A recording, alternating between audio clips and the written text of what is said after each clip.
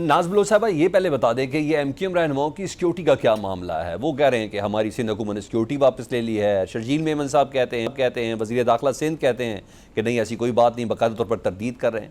یہ کون سچ بول رہا ہے، کون جھوٹ بول رہا ہے؟ ذرا کلیئر کر دیں پلیز. دیکھیں، پہلی بات تو یہ ہے کہ یہ جو سوال ہے اس کا جواب تو آئی جی سندھ صاحب بھی بہتر دے سکتے ہیں کہ اگر ان کی سیکیورٹی واپس لی گئی تو کیوں لی گئی، جبکہ ابھی میں ایک اور پروگرام میں تھی، وہاں پہ خود انہوں نے تصدیق کی کہ سیکیورٹی ان کے پاس واپس ان کو دے دی گئی ہے. تو میرا خیال ہے کہ آج سندھ اسمبلی کے اندر بھی ہوم منسٹر صاحب موجود تھے اور انہوں نے ہر چیز کو باقاعدہ طور پر ہر سوال کو ایڈریس کیا ہے. تو میں نہیں سمجھتی کہ پاکستان پیپلز پارٹی کوئی پولیٹیکل وکٹمائزیشن کی اوپر جو ہے اس قسم کی حرکتیں کر سکتی ہے. یہ اگر کوئی وجہ ہے اس کے اندر ریپلیسمنٹ کے کوئی ایشوز ہوں گے، اس کا بہتر جواب آپ کو آئی جی سندھ دیں گے. This has nothing to do with Pakistan Peoples Party and this has nothing to do with political victimisation sort of thing. ویسے ہماری انڈرسٹینڈنگ یہ ہے کہ سندھ پولیس نا ماتحت ہے صوبائی حکومت کے. اینی ویز میں نے آگے کوشچنس میں بڑھ جاتا ہوں. پولیٹیکل انفلوئنسنگ نہیں ہے، میں آپ کو صرف یہ بتانا چاہ رہی ہوں اس میں پولیٹیکل انفلوئنس آل نہیں ہے. رائٹ. پولیٹیکل انفلوئنس نہیں ہے کیونکہ سیکیورٹی جب بھی لی جاتی ہے یا سیکیورٹی فراہم کی جاتی ہے وہ ڈپارٹمنٹ جو پولیس کا ہے براہ راست وہ ذمہ دار ہوتا ہے اور وہی ذمہ داری لیتا ہے سیکیورٹی فراہم کرنے کی یا سیکیورٹی میں تبدیلی لانے کی. اس کے اندر اگر کوئی شفلنگ ہوتی ہے تو دیٹس اٹ. جی آل رائٹ. اچھا کچھ کوشچنز ریز ہو رہے ہیں. مصطفیٰ کمال صاحب ہو گئے، ابھی تھوڑی دیر پہلے فاروق ستار صاحب بھی پریس کانفرنس کر رہے تھے، کراچی کو وفاق کے کنٹرول میں دیا جائے اس کا مطالبہ کر رہے ہیں. یہ مطالبے ماضی میں کبھی ایسا نہیں ہوا نا. ہم نے دیکھا نئے صوبوں کی بات ضرور ہوئی، بلدیاتی سیٹ اپ کی بات ضرور ہوئی. وہ کہتے ہیں سیکیورٹی واپس لے کر ہمیں ڈرایا جا رہا ہے، وہ اس کا مطلب یہ لے رہے ہیں. نا صاحب ویسے 18 سال سے سندھ میں آپ کی حکومت ہے، یہ الزام مسلسل آپ کے اوپر لگتا ہے کہ آپ لوگ ڈیلیور کرنے میں ناکام ہیں. کیوں کراچی کو وفاق کا حصہ بنانے کا یہ لوگ پھر مطالبہ کر رہے ہیں؟ دیکھیں سلمان صاحب، بات پتہ یہ ہے کہ تعجب کی بات یہ ہے کیونکہ میں بورن اینڈ ریزڈ کراچی آئی. ہم نے جو کراچی دیکھا ہے اللہ نہ کرے کہ آنے والی جنریشنز کو وہ کراچی دیکھنا پڑے.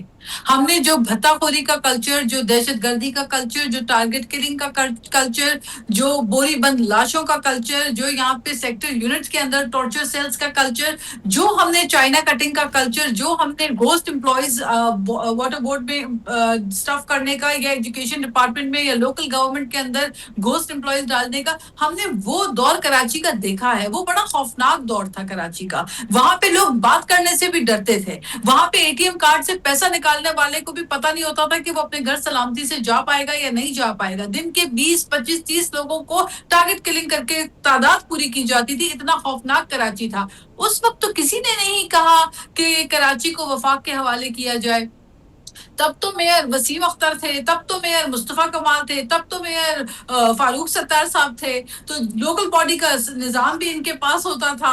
میئر ہمیشہ جماعت اسلامی اور ایم کیو ایم کے رہے. تب تو کسی نے نہیں کہا کہ کراچی کو وفاق کے حوالے کر دیا جائے.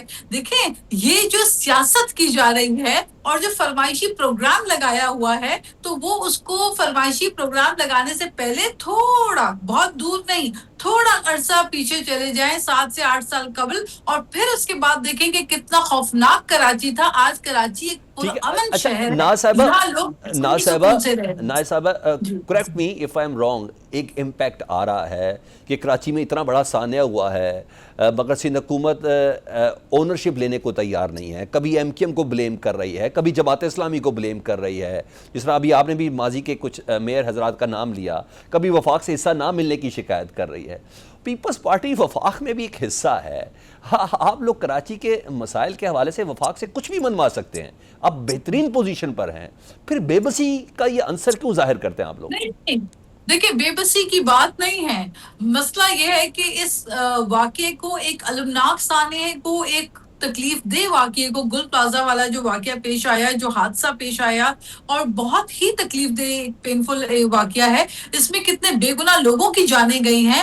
ہمیں دل سے تکلیف ہے کیونکہ ہم کراچی آئے ہیں، ہم انڈرسٹینڈ کرتے ہیں اس دکھ کو. لیکن اس کے اوپر جو سیاست کر رہے ہیں سوچنا ان کو چاہیے. ہم ان پہ ملبہ نہیں ڈال رہے. ہم یہ کہہ رہے ہیں کہ آج اگر کوئی واقعہ پیش آیا ہے اس کی تحقیقاتی رپورٹ آنے دیں. سی ایم صاحب نے کمیٹی ترتیب دی ہے، کمیٹی تشکیل دینے کے بعد اس کی ایک فرسٹ رپورٹ آئے گی. وہ رپورٹ اگر سیٹسفیکٹری نہیں ہوئی اور اس کے اندر اگر ایویڈنس میں ملٹیپل چیزیں ہوں گی, اس کے اندر تو یہ بھی پتا چلے گا کہ وہاں پہ ایگزٹ پوائنٹس کتنے تھے, کتنے ایگزٹ پوائنٹس کھلے تھے, کتنے بند تھے, ریسکیو کا کس مومنٹ پہ سٹارٹ ہوئی ریسکیو, کس وقت جو ہے وہاں پہ لوگوں کو ایویکیویٹ کرنے کے لیے ریسکیو کی ٹیم پہنچی, یہ تمام چیزیں, اور آگ کیسے لگی, کس طرح پھیلی, اس کی بنیادی وجوہات کیا تھی, یہ باتیں میرا خیال ہے ٹاک شوز پہ بیٹھ کر نہ میں اس کو بیان کر پاتی کرنے کی پوزیشن میں ہوں, نہ ایم کیو ایم کے کوئی فرد آ کے اس کے اوپر اپنی تحقیق دے سکتے ہیں. اس کے اوپر تو انویسٹیگیٹو رپورٹ جو آئے گی وہ سندھ حکومت کے پاس پہنچے گی, جو کمیٹی بنائی گئی ہے, اور اگر کمیٹی کو اس کے اوپر اعتماد نہ ہوا تو مزید جوڈیشل کمیشن کے لیے بھی جائے گی, کیونکہ آج ہوم منسٹر صاحب نے سندھ اسمبلی میں کیٹیگوریکلی ڈیفائن کیا ہے اس چیز کو.